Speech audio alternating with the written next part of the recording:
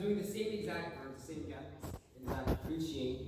I basically, well, yes, I am. Um, the last time I preached was what? Last year?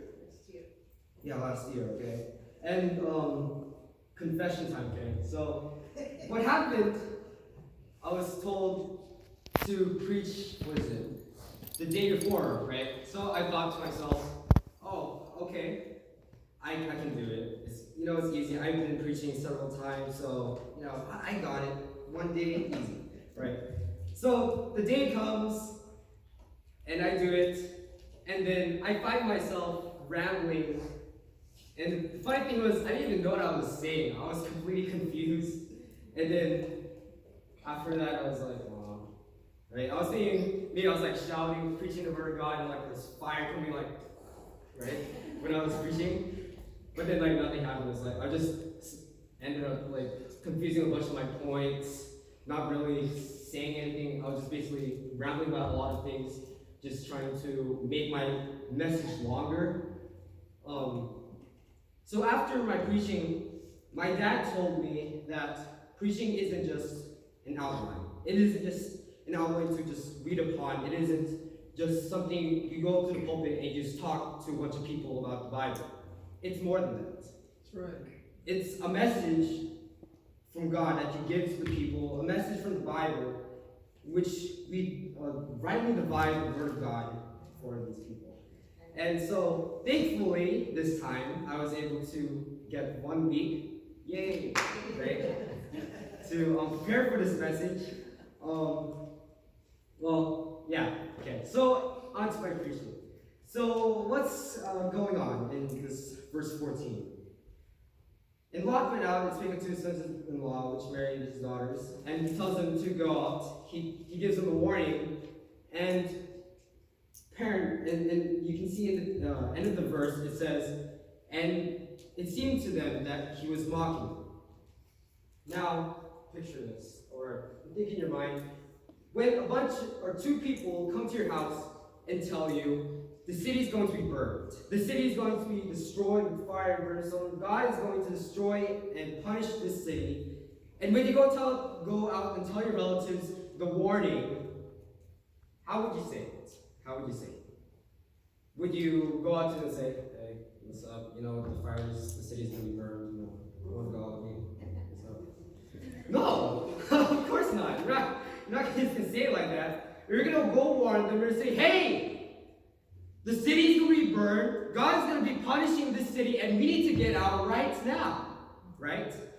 But despite his warning, despite his personality, when he was warning them, it seemed to them that he was mocking them. And Lot is basically a picture of a Christian who has lost his testimony. Thankfully, I think all of us here are Christians, right? We cannot lose our salvation. We can never lose our salvation. But one thing that we can lose, there is one thing that we can ruin, is our testimonies as Christians to this world. And we can see here as Lot that he basically, at this point, has ruined his testimony. He has destroyed his testimony towards his sons-in-law. And basically, I would like to call these people, these Christians who have lost their testimony, the ineffective Christian. That's the title for my message, the ineffective Christian. So, how did he get to this place? How did he get here in the first place? Well, going back all the way in chapter 13, in verses 5, and it says, and Lot also, which went with Abraham, had flocks and herds and tents, and the land was not able to bear them, that they might dwell together, for the substance was great, so that they could not dwell together. And there was a strife between the herdmen of Abraham's cattle and the herdmen of Lot's cattle, and the Canaanites and the Perizzites dwelled then in the land. And Abram said unto Lot, Let there be no strife, I pray thee, between me and thee, and between my herdmen and thy herdmen, for we be brethren. Is not the whole land before thee? Separate thyself, I pray thee, from me. If thou wilt take the left hand, then I will go to the right, or if thou depart to the right hand, then I will go to the left. So basically what happens is, Abraham's and Lot's men start quarreling over land, over some misunderstandings, and Abraham tells Lot, hey, we need to separate ways. I would rather us separate than every of us men just quarrel, fight. So wherever you go, I go the opposite. If you go right, I go left. You go left, I go right. So it says in verse 10, and Lot lifted up his eyes and beheld all the plain of Jordan, that it was well watered everywhere, before the Lord destroyed Sodom and Gomorrah, even as the garden of the Lord like the land of Egypt, and as thou comest unto Zoar. Then Lot chose him all the plain of Jordan, and Lot journeyed east, and they separated themselves the one from the other. In verse 12, Abraham dwelled in the land of Canaan, and Lot dwelled in the cities of the plain, and pitched his tent towards Sodom. But the men of Sodom were wicked and sinners before the Lord exceedingly. Verse 14, and the Lord said unto Abraham, after that Lot was separated from him, lift up now thine eyes, and look from the place where thou art northward, and southward, and eastward, and westward. For all the land which thou seest to thee will I give it, and to thy seed forever. So my first point here, in Lot's supposed path towards his ineffectiveness as a Christian, into his destruction of his testimony, is number one, in his decisions. Here, after Abraham tells Lot, you can choose whatever land you can go, and Lot goes and chooses Sodom and Gomorrah, he just tends towards there, and basically says the same thing with Abraham, then he chooses things. But there's one small detail that I've realized, and it says, and the Lord said unto Abraham, after that Lot was separated from him, lift up now thine eyes, and look from the place where thou art northward, southward, eastward, and westward. In contrast with Lot, after seeing all the plains of Jordan, after seeing all the pleasurable things of Sodom and Gomorrah, he goes and chooses it and he just pitches his tent towards Sodom and Gomorrah. But in contrast to Lot, Abraham waits for God until he makes his decision. He waits for God to tell him what to do before he makes his decision to go wherever else he goes. And that's how it is with some of the ineffective Christians. Sometimes, whenever they make decisions, whenever they're going through a hard time in life, instead of looking to God first, they look to these pleasurable things that may or may not actually help them with whatever they're going through.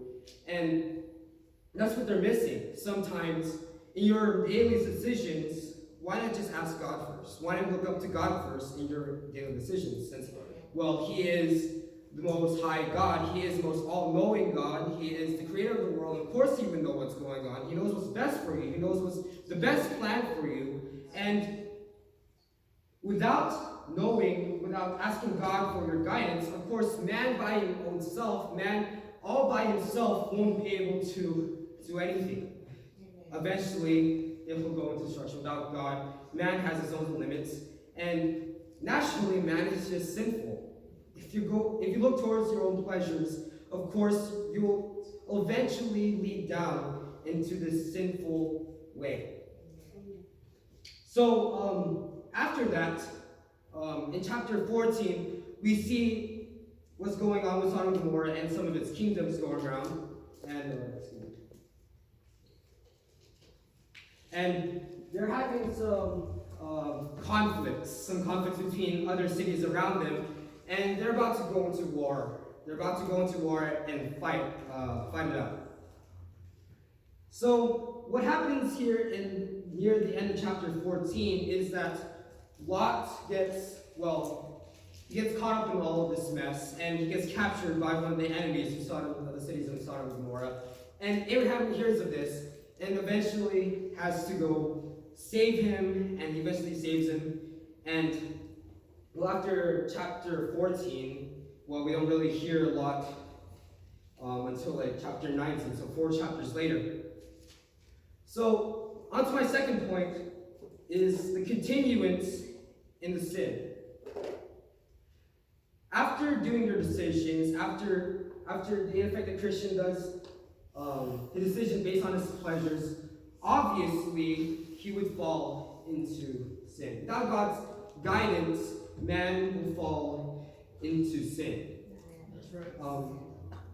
So, despite us being Christians, as Lot is basically a representation of of a Christian in Sodom and Gomorrah, as Christians, we are not immune to sin. We are still, we can still sin. We still have the flesh within us.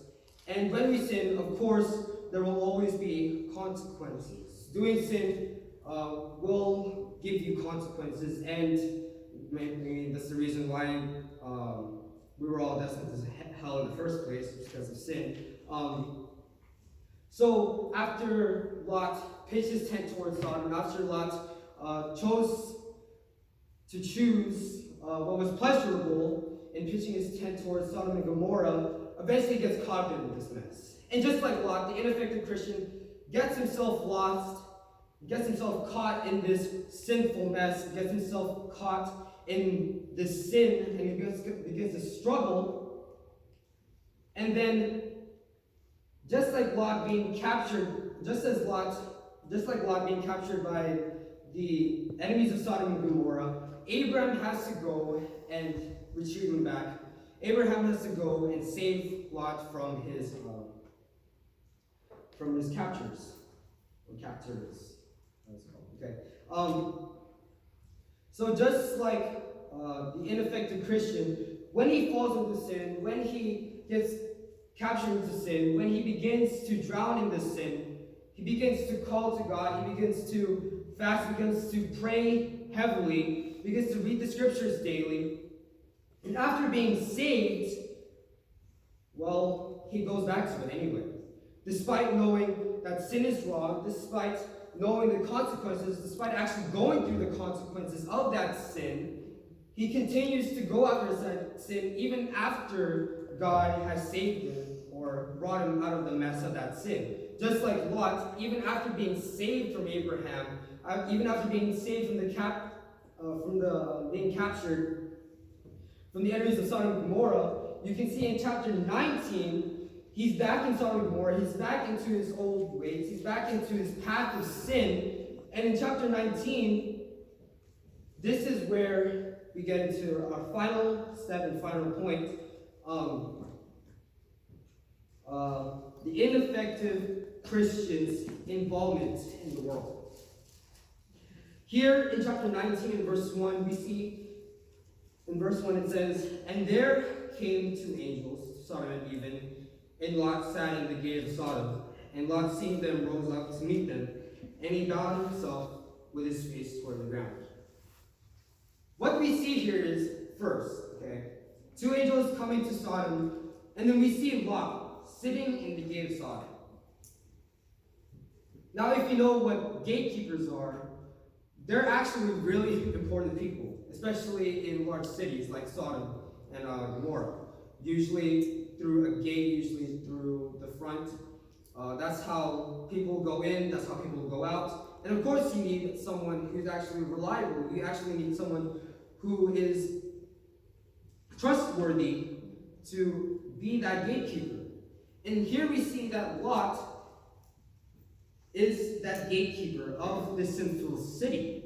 And just like the ineffective Christian, Lot is basically in this high position of this city. And in the ineffective Christian, after being so involved in this world, being so involved and being so high ranking in this world, has involved himself so much that you can't even tell a difference between him and any other sinner.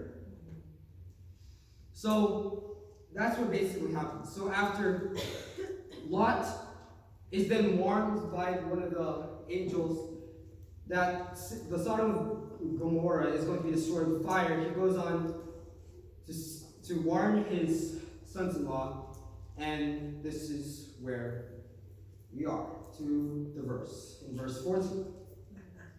So, verse 14,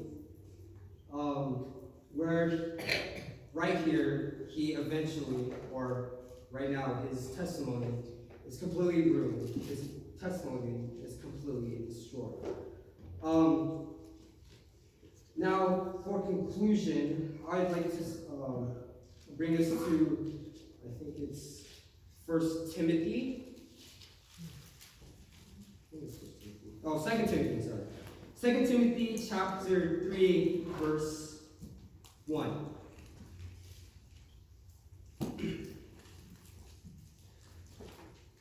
Now it says this.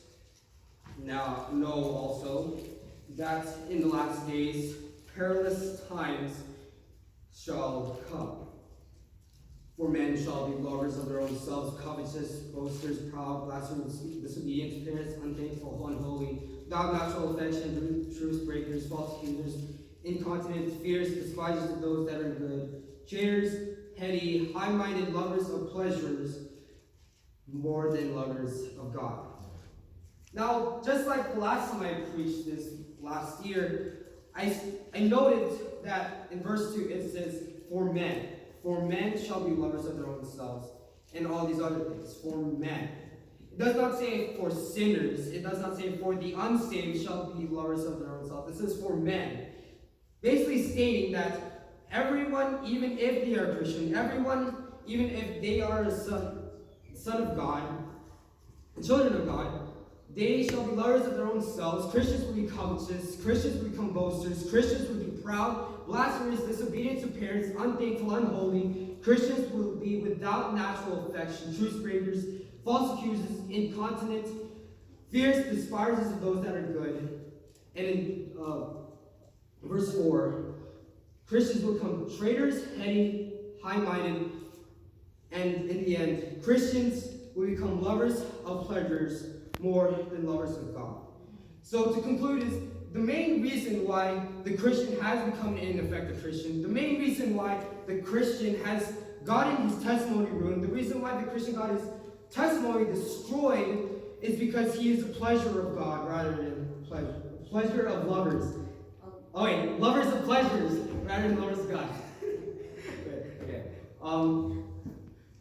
The reason why they choose the decisions, in their decisions, they choose what is pleasurable to their eyes. They choose not what God wants them to do. It's because they're lovers of pleasures rather than lovers of God. The reason why they continue in this sin despite going through the consequences, despite knowing the consequences of what sin does to you, is because that they are lovers of pleasures rather than lovers of God. And the reason why they are so involved with this world, the reason why they're so involved with all these things of this world, is because that they are lovers of pleasures rather than lovers of God.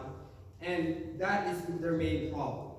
They love more of these pleasures. They love more of this world. They love more of their music, their shows, their more worldly friends.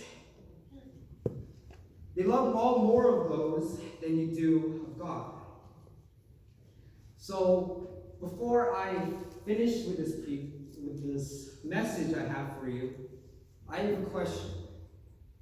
Are you a lover of pleasures, or are you a lover of God? Thank you.